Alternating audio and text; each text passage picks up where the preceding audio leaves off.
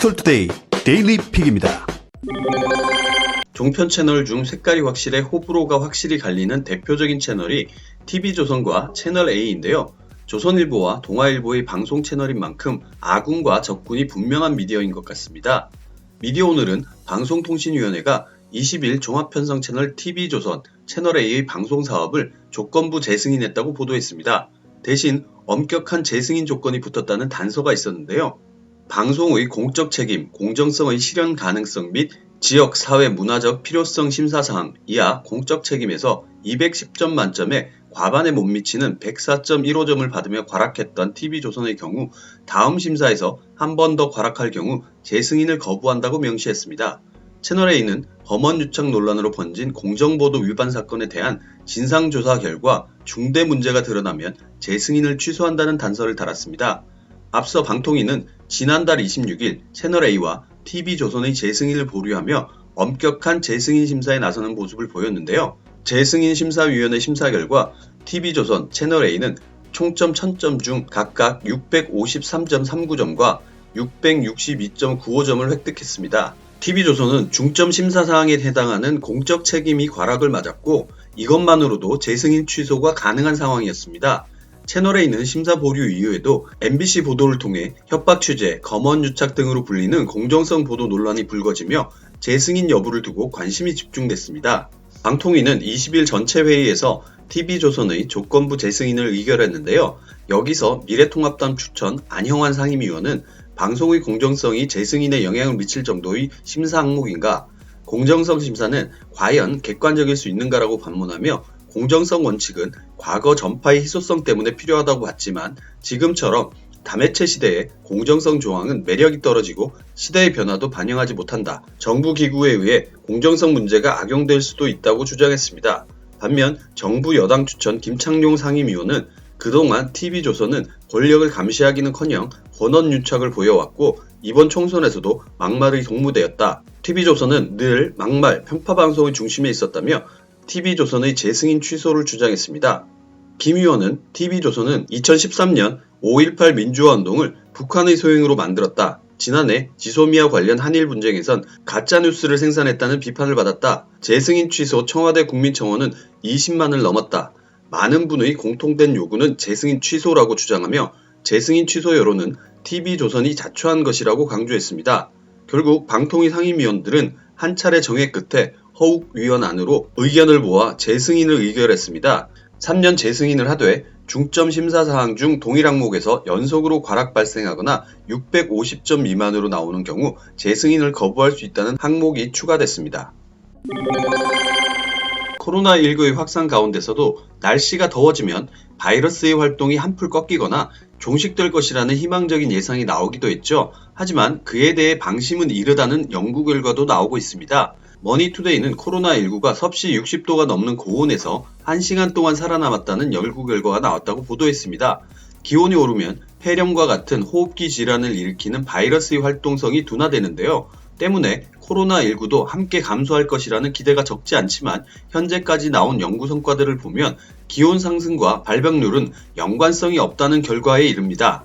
동남아시아 등 더운 나라에서도 상당 규모의 확진 환자가 나온 점 등을 빌어 오는 여름철에도 코로나19의 위협은 계속될 수 있다는 우려가 나오고 있습니다. 프랑스 엑스마르세이유 대학 연구진은 코로나19 바이러스를 약 60도씨에서 1시간 동안 노출시켰는데도 불구하고 일부 바이러스가 생존해 복제 기능을 수행했다는 연구 결과를 논문 사전 발표 플랫폼에 최근 게재했습니다. 코로나19 바이러스를 완전히 없애기 위해선 끓는 점 수준으로 온도를 올려야 했다는 게 연구진의 설명인데요. 연구진은 코로나19를 감염시킨 원숭이 신장세포를 이용해 이 같은 실험을 진행했습니다. 연구진에 따르면 세포는 생물학적으로 오염된 실제 상황을 그대로 모방하기 위해 두 개 환경으로 나눴다고 설명했는데요. 하나는 동물성 단백질을 넣어 만든 더러운 환경, 다른 한쪽은 깨끗한 환경이었습니다. 연구진은 이렇게 세포를 배치한 뒤 열을 가했는데요. 실험 결과 깨끗한 환경에 바이러스는 비활성화됐지만 더러운 환경에 있던 바이러스는 일부가 살아남았습니다. 연구진은 열을 가한 후에도 감염을 일으킬 수 있는 정도의 바이러스가 잔존했다고 말했습니다. 이어 연구진은 92도씨에 15분간 바이러스를 노출했는데 그제야 코로나19 바이러스는 비활성화됐습니다. 이번 연구에 대해 학계는 실제 환경이 모의 실험보다 훨씬 복잡하므로 모든 경우에 적용될 수 있는 결과는 아니라고 밝혔습니다. 우리 방역당국도 기온이 상승해도 코로나19 유행은 이어질 수 있다는 입장인데요. 다만 기온이 오르면 실내 환기 횟수가 늘어 감염증 전파를 막는 환경이 조성될 수 있다는 설명입니다. 정은경 중앙방역대책본부장은 여름이던 남반구 국가에서도 코로나19 환자가 발생했다고 말했습니다.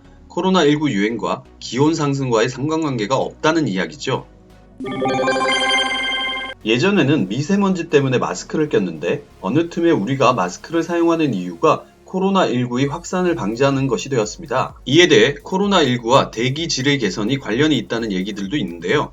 SBS는 올 3월까지 초미세먼지는 지난해 같은 기간보다 27% 줄었고 미세먼지 나쁨 일수도 절반에 그쳤다고 보도했습니다. 이렇게 공기가 맑아진 이유를 아주대학교 연구팀이 분석해본 결과 기상학적 요인이 50%로 나타났습니다. 지난 2월 14일 기상도에 따르면 겨울이면 중국 미세먼지를 안고 우리나라에 오는 북서풍 대신 깨끗한 동풍이 부는 것이 확인됩니다.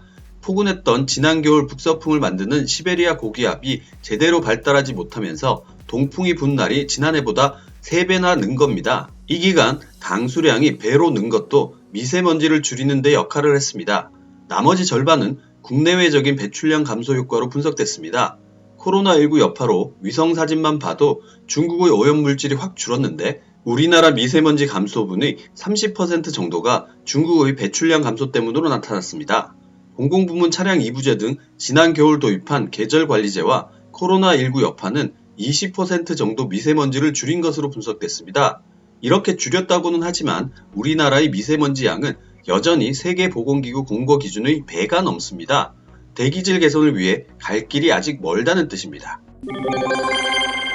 한국의 게임 회사들은 이제 단순히 한국이나 아시아에서의 파워를 넘어 세계적인 영향력을 끼치고 있는데요. 아시아경제는 넷마블의 발표를 인용해 북미 자회사 카밤이 디즈니와 함께 모바일 액션 역할 수행 게임, 즉 RPG, 디즈니 미러 가디언즈를 개발하고 있다고 보도했습니다. 디즈니 미러 가디언즈는 디즈니와 픽사의 인기 캐릭터들이 총출동하는 모바일 게임으로 기존에 경험하지 못한 새로운 세계인 미러버스를 배경으로 합니다.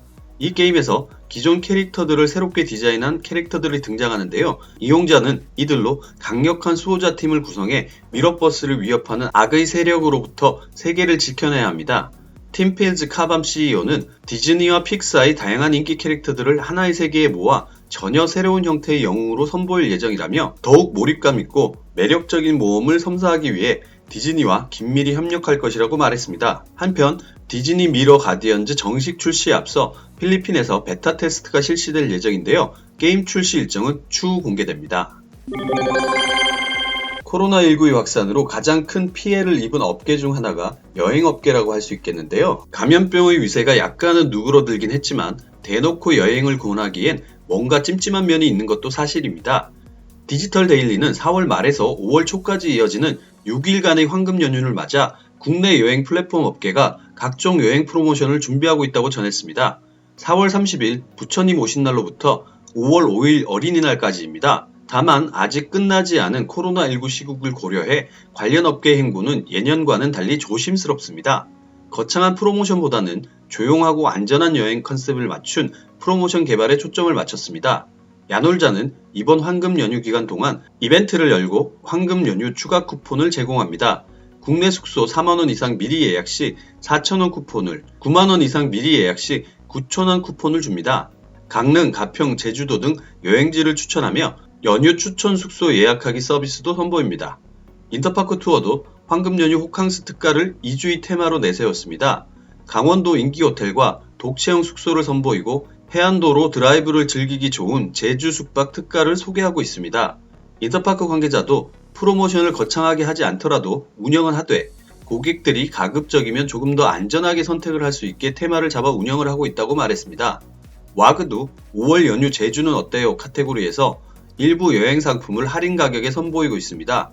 일괄적으로 프로모션을 진행하지 않아 업체별로 조건이 상이하지만 카멜레아 힐 입장권과 휴에리 자연생활공원 등의 상품에 할인이 적용됐습니다. 반면 아직까지 여행 상품 프로모션에 대해 보수적인 입장을 취하는 업체들도 있는데요. 해외여행 플랫폼 트리플은 황금 연휴를 맞춘 마케팅을 특별히 진행하지는 않고 사회적 거리 두기에 따라 집에서 볼 수 있는 여행 컨텐츠에 집중하고 있다고 전했습니다. 업계 관계자는 일단은 아무래도 해외여행은 가기 어려운 상황이니 그래도 여행을 가고자 하는 분은 아무래도 국내를 선호하는 것이라고 설명했습니다. 국내 여행도 일부 수요가 있긴 하지만 활성화 단계는 아니기 때문에 코로나19가 좀 더 잠잠해지면 5월에 국내 여행을 가려는 분들이 늘어날 수는 있다면서도 예측하기 어려운 상황이라서 추이를 지켜봐야 할 것 같다고 덧붙였습니다. 정부는 오는 5월 5일까지 확진자 수가 안정적으로 관리될 경우 5월 6일부터는 기존보다 좀 더 완화된 생활 방역 체제로 전환하겠다는 방침입니다. 이럴 경우 국내 여행 플랫폼 업계도 서서히 활력을 찾게 될 전망입니다. 행복한 하루 디지털투데이였습니다.